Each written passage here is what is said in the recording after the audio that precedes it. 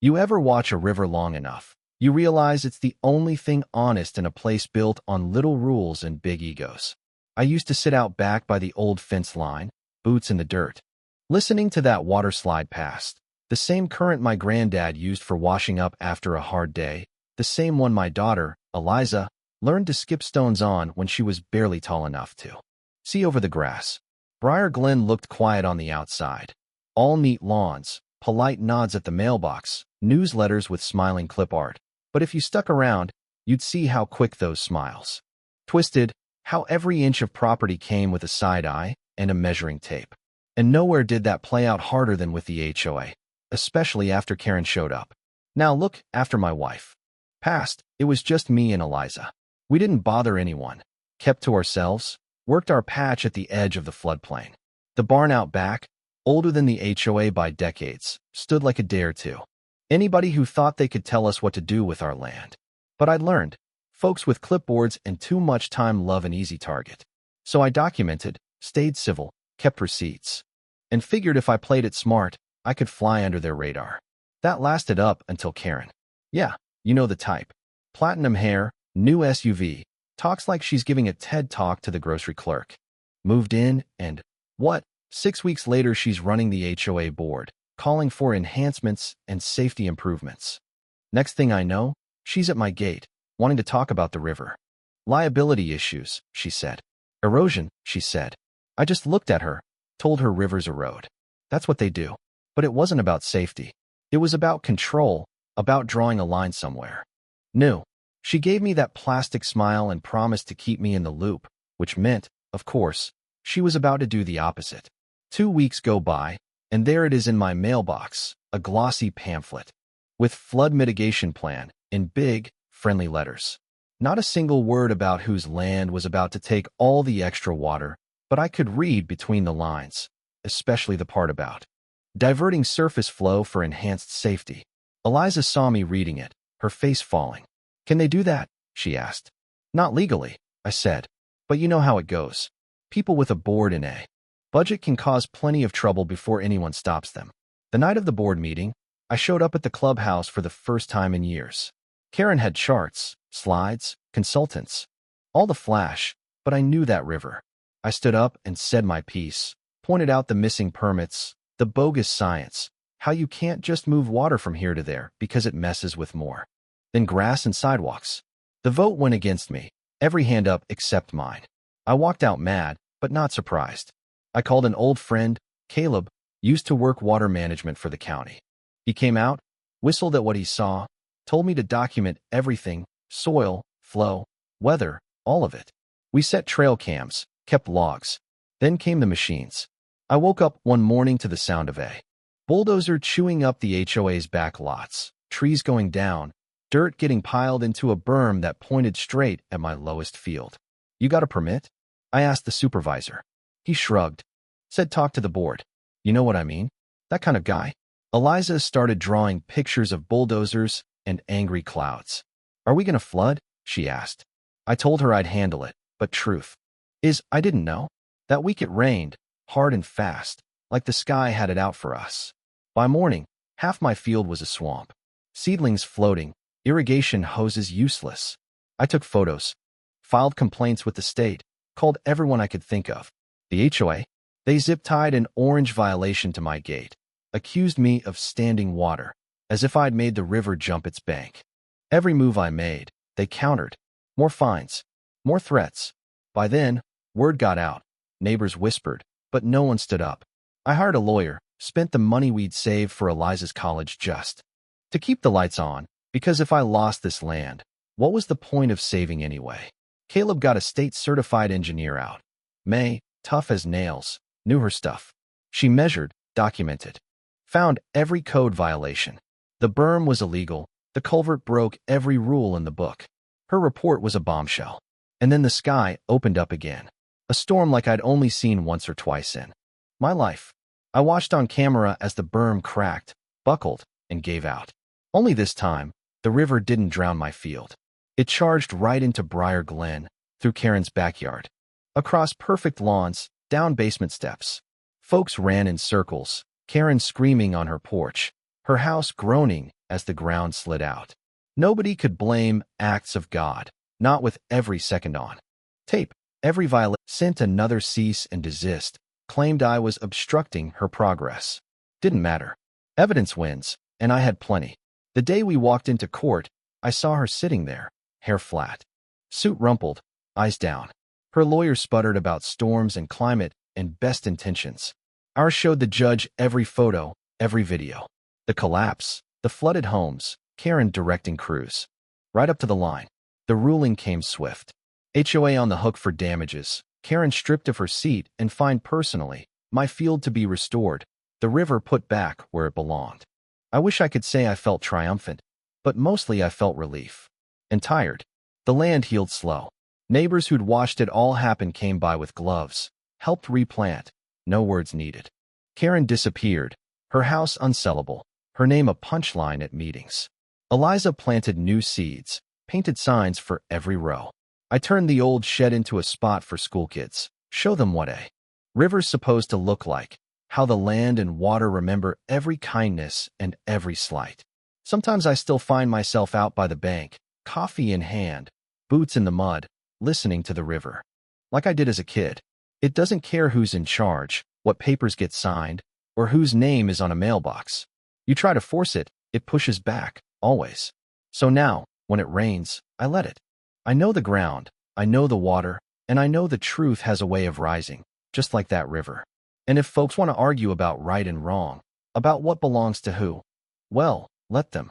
I'll be here, listening to the only honest thing that ever ran through Briar Glen, watching the land come back to life, and trusting that some fights, if you're stubborn enough, really do end the way they should.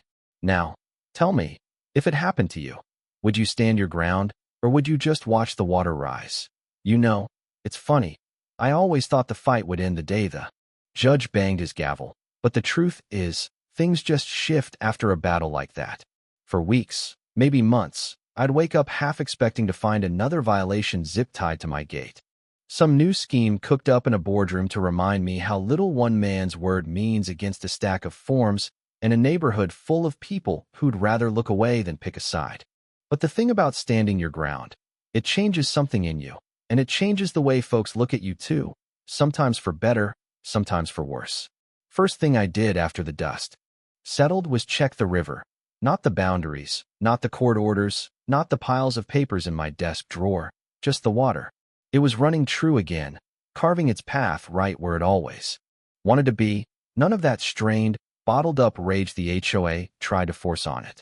The field was a wreck, sure, but it wasn't dead, just wounded. You could smell life trying to claw its way back. And that first green shoot that popped up after we broke apart the last of the HOA's berm. I won't lie, I nearly teared up. Eliza saw it too. She just grinned, dropped to her knees, and started digging. "We'll fix it, Dad," she said, like she'd never doubted. Neighbors who never spoke more than a word to me in years started showing up, some with gloves and shovels. Others just with coffee and awkward apologies.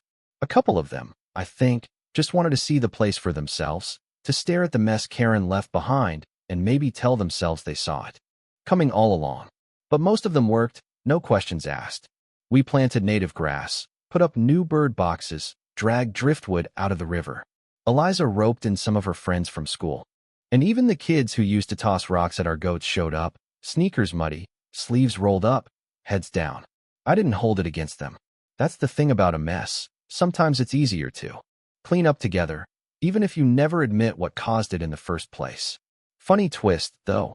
In the middle of all this, a reporter from the local news drove up in a dusty old Subaru. Camera crew in tow, wanting a quote about the David versus Goliath HOA saga. I told her the real story wasn't about me and Karen, wasn't even about a lawsuit. It was about a river that wanted to be left alone and a bunch of people who forgot they were neighbors, not rivals. Not sure if she got it. She wanted a headline, not a lesson, but she filmed Eliza anyway, dirt up to her elbows, laughing as she found a frog in the muck. By late spring, we'd managed to get the soil healthy enough for planting. I let Eliza choose the seeds. She picked 3 kinds of squash, some beans, and a wildflower mix for the bees' dad.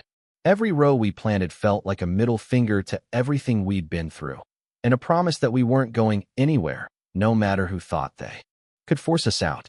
Some afternoons I'd catch Eliza standing at the riverbank, watching the water move. Not scared anymore, just thoughtful, like she could hear it talking back. She started keeping her own notebook, tracking what birds came back, how high the river rose after a storm, what kind of worms turned up in the soil. Caleb brought over a couple of his environmental science students too. See how restoration looked when it was personal, not just a job on a clipboard. As for Karen, well, she didn't show her face for a long while. Her house sat empty half the summer. For sale, signs swinging in the wind, paint starting to peel, grass growing wild. Word was she tried to get insurance to cover the flood damage, but no one wanted to touch it. Eventually, a moving truck showed up. I watched from my porch as a couple of men in blue shirts hauled boxes out, Karen trailing behind in dark glasses, never looking over. Eliza waved once. I just kept sipping my coffee, not out of spite, just because it was over. Some fights burn so hot you don't realize they've left you numb until the smoke clears. The new folks who moved in? Different breed. Young couple, teachers, more interested in fixing the porch than running a committee. They brought brownies when they introduced themselves, asked if they could walk the river, asked real questions about the land instead of how many inches they could cut off the lawn. Maybe it'll stick, maybe not. But for now, things are peaceful in a way I'd nearly forgotten possible. Still, there's scars. The field's got a low patch that won't hold roots just yet. The barn still smells of old floodwater, and sometimes I dream about the sound of Karen's berm giving way, that split second when the river stopped being contained and just took back what was always its own. But mostly, I sleep easy now. The mailbox is empty. The only sounds at night are frogs and the steady rush of water moving past our back fence. On weekends, we get a few visitors, kids on bikes, neighbors with their dogs, even a city official or two curious about how we pulled off a community restoration without a single community improvement consultant. I show them around, point out the spots where the river cut deep, where we planted willow saplings to keep the banks honest. Eliza handles the rest. She's got a knack for making people see what matters, for telling the story the way I wish I'd learned when I was her age. Simple, straight, a little hopeful, a little sharp. Sometimes she asks if we're really safe now, if another storm could take it all away. I tell her the truth. Nothing's certain, not in this world. But as long as we respect the land, as long as we fight for what's right without turning bitter, we've got a shot. I guess that's all any of us can ask. So yeah, life keeps rolling on.